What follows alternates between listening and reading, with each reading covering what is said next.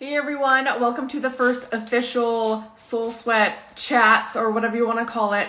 I am going to be going live with Melinda. She is a sex therapist and she's going to answer all the questions that you guys have submitted through the question box.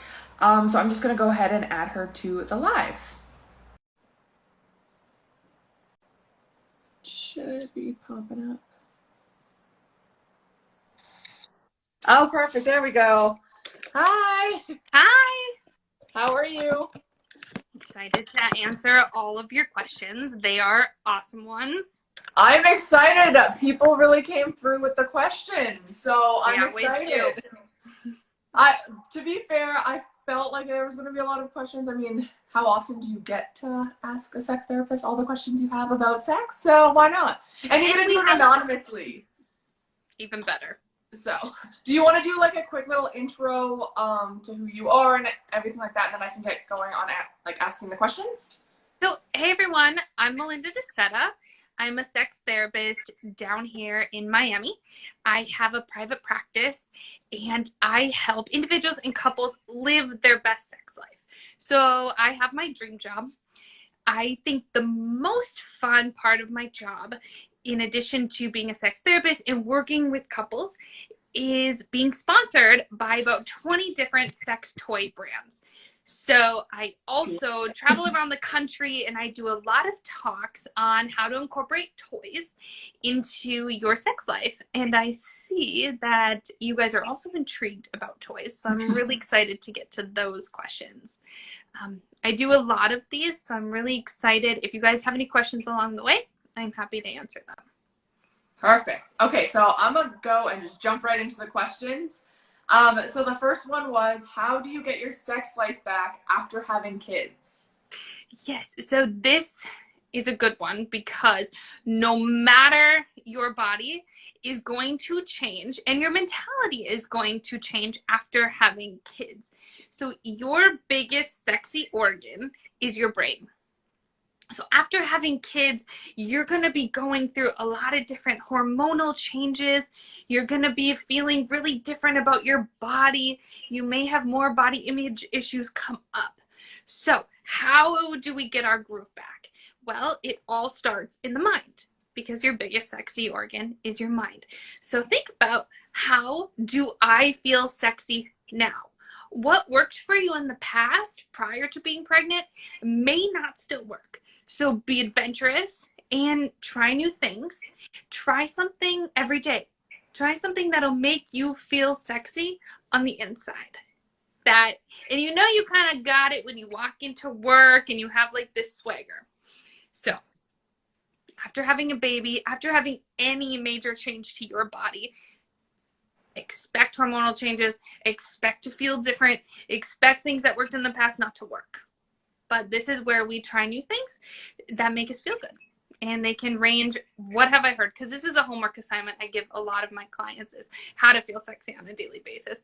And it really ranges all the way from listening to like a power pump up song in the morning, shaving their legs, lingerie, makeup, all these different things. So experiment.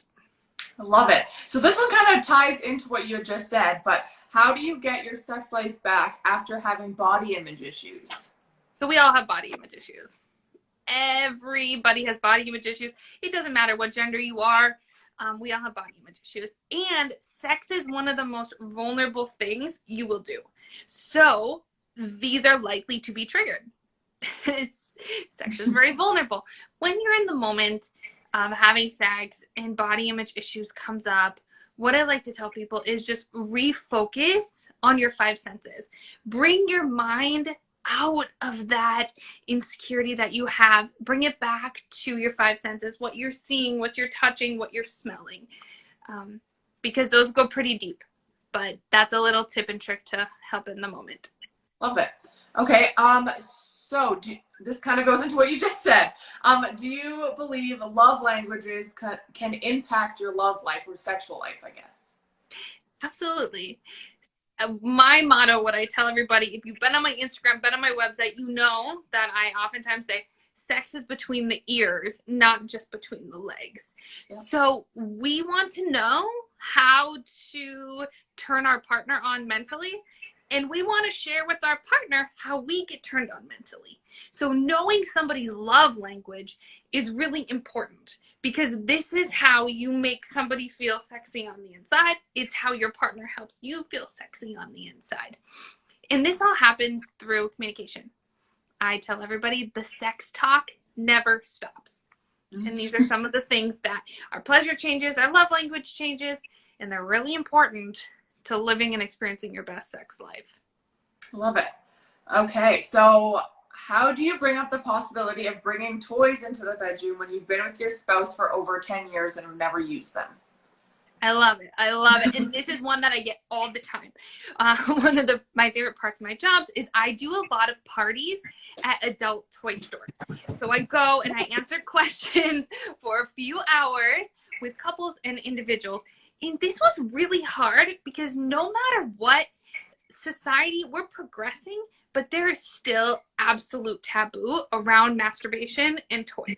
It still exists. It's still in our brain. So it's really difficult kind of to break through that if this is something new. How do we bring it up? This ties back into never stop having the sex talk. And you never have the sex talk while you're having sex. You have the sex talk over a nice lunch, in a nice walk. You don't have the sex talk during sex. So this is something I would suggest when you're having the sex talk about what you like. I would say these are things I would like to experiment with. I would like to try. And you ask your partner how they feel. Everybody has hard no's. So it's really important to know your hard no's, but bring it up in one of the sexy talks. Share what you like, share what you don't like, share what you want to experience. Okay. So how would you, or how could you, like, initiate sex as a woman? I thought this question was fascinating because it brought me all the way back to why is somebody still asking this question? And I'm so happy that they did, because these taboos still exist. And I love how much we're moving in society, but we still have work to be done. Sex is becoming more prevalent, but we still have work here. And it really shows me this question that there's still a taboo of sex is for males. And it's not, right? So what is the whole point of sex? It's for pleasure.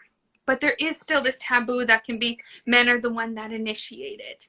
How do you bring it up? Well, first of all, you have to know what turns you on. You find out what turns you on, and you find out what turns your partner on. And once we start gaining that inner sexy confidence, it makes it so much easier for us to be vocal to our partner of how we're feeling, be vocal to our partner with what we want to try, be vocal about just setting the mood in general. But whoever asked this question, I'm really happy you brought it up, because it just highlights what so many women are still experiencing. Yeah. And I hope that my job can help people feel more confident on the inside, that when they are turned on, that they feel comfortable enough speaking this to their partner or making that first sexual move. Awesome. Okay, so the next question is, how can you increase your libido? Yes. So, right, the pandemic. Everybody thought there was going to be this surge in babies, this surge in everybody having sex. Absolutely not. First of all, my phone is ringing off the hook because people of all ages, I'm talking 20 years old to 40 years old mostly, that age range was not having sex. And that's why people were coming into my office. And it's not just me. The birth rate is down for 2020. It happens. So, and I think just overall, libidos were down. Everything in your world impacts your libido. Everything. Work, stress, what you eat, how you sleep, everything impacts your libido. So to have a healthy libido means we have to physically take care of ourselves, and we have to mentally take care of ourselves. Physically, think about all the basics that you would do to make your body feel good. And then mentally too. How can I do self-care in my mind, feel the best about myself? Mm-hmm. That will naturally start to increase your libido. Also, sex talk with your partner, whoever that is. Could be a one night, could be long term. share with them what turns you on. So I have a question on that, just out of like curiosity. So the sex talk that like you say don't do it during sex, obviously. Would you say like if you wanted to try something and your partner was like, okay, I'll try it because you want to, like do you, I don't know if this is funny to ask because I hear it in movies, but they have like a safe word. Do you suggest doing that, or do you suggest like saying like, yo, I just don't like this, like during? If you don't like something, I would totally recommend sharing with your partner, like, yo, I'm not really into this. Yeah. Also, like I said before, we all have our hard nose. Listen to your hard nose, because if you're going to try to force yourself through that hard no because you're doing it for your partner, it's actually going to turn you off to sex in general. Yeah. So I would totally share it. And remember, there's no one way to do something. So even if you have a hard no, well, maybe there's a little adjustment that you would feel more comfortable with that your partner's not. But again, a lot of people do put the safe words in for many different reasons. They can just feel emotionally safe, or they're needed. Fair. But right, that's the communication that's important. And that will just be dependent on the couple. What fits your couple dynamic better? Awesome. So this next one, I wasn't sure if I was going to ask it because I didn't know. But how do you politely bring up to your spouse that you're worried about their weight? Yeah. So again, super vulnerable topic. Mm-hmm. Anytime we're bringing up something vulnerable, which could be, I'm worried about your weight, which could be, hey, I really don't like this in bed. Do the like stereotypic little sandwich approach. You want to start the conversation at a time that works for both people. So if someone's been working all day, maybe not the best time to start it. You can ask them, hey, I want to talk to you about something. When's a good time? That helps both people feel mentally ready for that conversation. How we start out with something kind, that will help people lower their defenses, and then share because you care. Because you care about this person. And you also care about their feelings. So even if you're saying, I don't like this in bed, or, you know, I'm worried about your weight, and these are some of the reasons why. If we come across as we're always caring and we always do share positives as well, we're more likely to help the person. Okay, awesome. And the last one that I have here is, how do you get your spouse who's happy just doing missionary to try other things? Right? Some couples are totally fine doing missionary, but in this one, which is the most common, is that one person is kind of interested in something and maybe the other one is not. Again, this all kind of happens outside. So you start with a little bit of sandwich. I really like missionary. Would you be interested in trying this? Or I'm kind of having some of these fantasies. Would you ever be interested in them? And you kind of feel out somebody's boundaries. Awesome. Those were all the questions that I had. Did you have anything else that you wanted to add, or anything that typically comes up that you want to share some light on, or anything like that? I do get a lot of questions in my DMs. So what I try to do is, if you follow my Instagram, Miami Sex Therapist, I'm always trying to add tips, like quick tips on how to have your best sex life. And remember, sex is between the ears, not just between the legs. So it all starts in our mind.